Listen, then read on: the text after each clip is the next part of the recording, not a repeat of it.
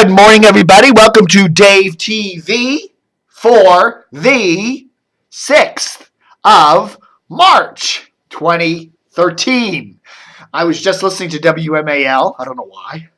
And they said, the snow is really piling up west of town. Of course, the Washington Post Capital Weather Gang hypesters yesterday, big snow coming. And of course, the D.C. and inside the Beltway isn't amounting to too much. And WMAL just said, but it's piling up west of the city, like places like Reston. Well, this is Reston right here. Okay, so that's what we've got so far. Can you see that? There it is. That's piling up. That's piling up. How much is that? Oh, an inch? Oh, well, okay, look at the chair. Maybe there's, I don't know if you can see it with the glare there, but there's, I'd say, 3 inches on the chair. Now, the interesting thing is, the snow here started at midnight last night, okay? And it's been snowing here for 12-ish hours because I'm recording this at about 12:30 on Wednesday afternoon. And I would have to say we've probably gotten 5 inches, 4 or 5 inches, but if you look at the chair there, okay, yeah, 3 inches, maybe 4 inches on the chair. But where it hits the ground, whether it's the building here, the patio, or the outside street, sidewalk, whatever, it tends to melt. So I really think if you look at where the snow has fallen, hits a chair or an elevated like patio area where it's, there's nothing underneath it, that captured yesterday's warmth. Yesterday went up to 55 degrees. So that heat is being stored there in the ground, in the streets, in the buildings. And so when that snow hits that, even though it's falling at a rapid rate, and even though we're probably getting 3, 4, 5 inches out there so far in the last 12 hours, you look on the ground and you don't see it because a lot of that snow is melted. It hits and it melts. It hits and it melts. So in a way, if you could measure the snow, if it's landing on a non-hot surface, non-warmish surface, there'd probably be a lot more snow because it's been snowing pretty heavily for 12 hours, and you'd think there would be some accumulation, and there is maybe an inch of slushy stuff because when it's hitting and melting and hitting and melting and hitting and melting. Now, when you get a little further west of here where wasn't that heat isn't being stored up so much, then maybe they're getting Manassas is 8 or 9, Leesburg further west out there, it's a lot of snow. So, but in the immediate DC area, not quite so much. And I don't know. I really get the impression that a lot of these news outlets they're more interested in the traffic and the hype than they are in the accuracy.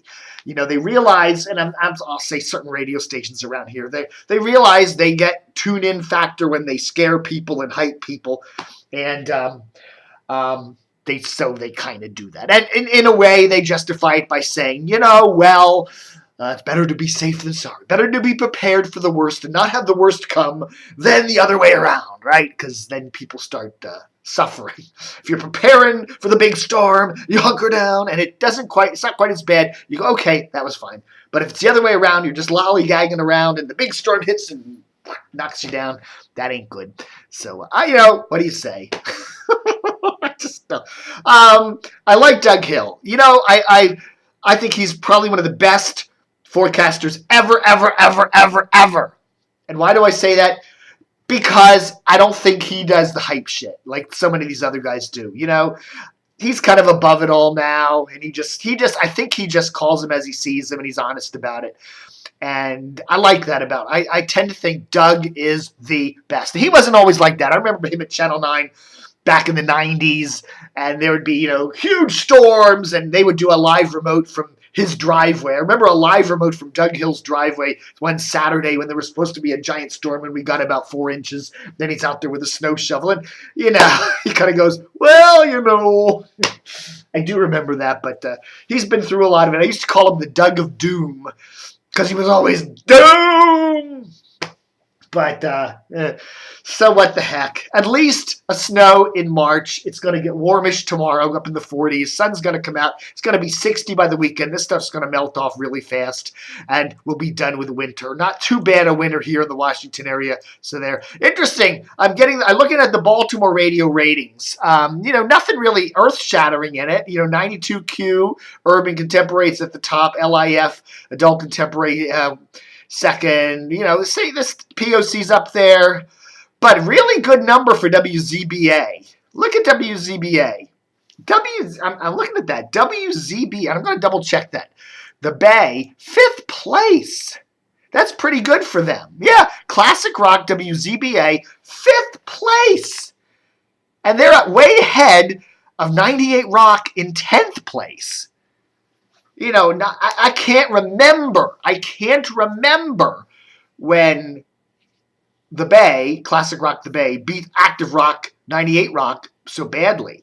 But they really did. They got a 5-7 share, the Bay did, for 5th place. And 98 Rock was at a 3-5 for 10th place. Wow! And then you got to realize double bad news for Hearst, which owns 98 Rock, because WBAL News Talker is at 11th place with a 3-4 share. That's going to be one of their lowest showings ever. I mean, WBAL never drops out of the 10th place. The top 10. They're never in the top, but they're 4th, 5th, 6th place, but 11th place. So some not so good news for Hearst's two big stations there in Baltimore. What's up with that?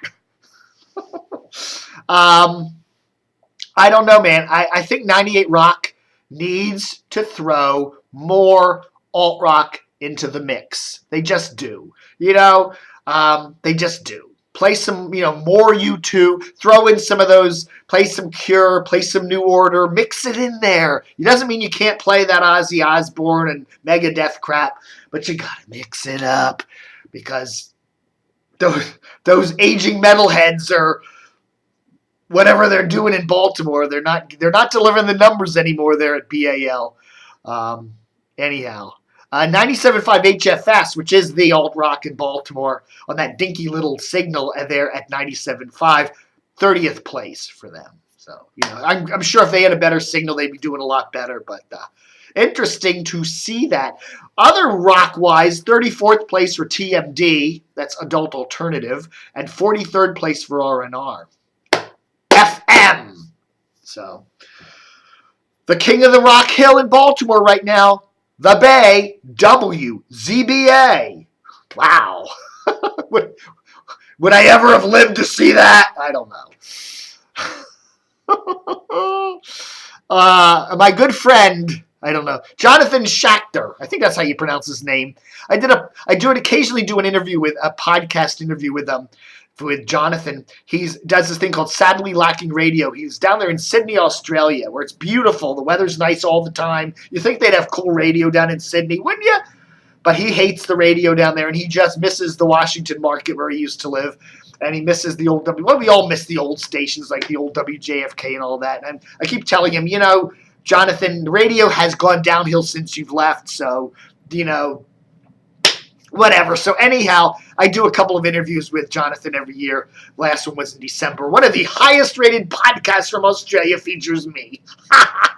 But anyhow, the latest interview that Jonathan does is with Cakes over there at the Junkies. Interesting interview where, he talks about his allegiance with the three other guys and how, at least in the radio world, they're never going to break them up. They're not going to put two of the Junkies mornings, two of the Junkies in afternoons, or split them up or give them their individual shows. They're all for four and four for all, the Junkies. Check them out. Click on the link there, Sadly Lacking Radio. It's at Podbean. The link's there on the front page of DCRTV. Yeah, baby. Local Washington radio ratings again. No big surprises. TOP, AMU not tied, but up there in 1 and 2, first and second place. PGC still anemic there at 16th place in the 25-54 money demo. JFK TEM 17th, 18th place.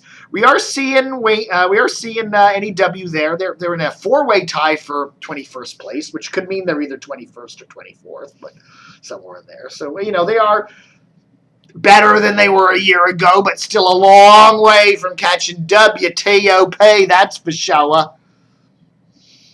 It was funny. I was driving around with a friend listening to WNEW yesterday as they're doing the snow hype. And he was actually mimicking WNEW. As I say, I was listening to WNEW when they were doing the snow hype. And he was actually mimicking the WNEW anchors. It was like, they do those Paul Anthony things. Breaking news! It's going to snow tomorrow! I love it. I love it. I love it. Snow, schmo, Anyhow, so whatever. What's the time check here? Oh, almost 11 minutes. Okay. Thanks for watching Dave TV for this very snowy 6th of March, 2013. Live long and prosper.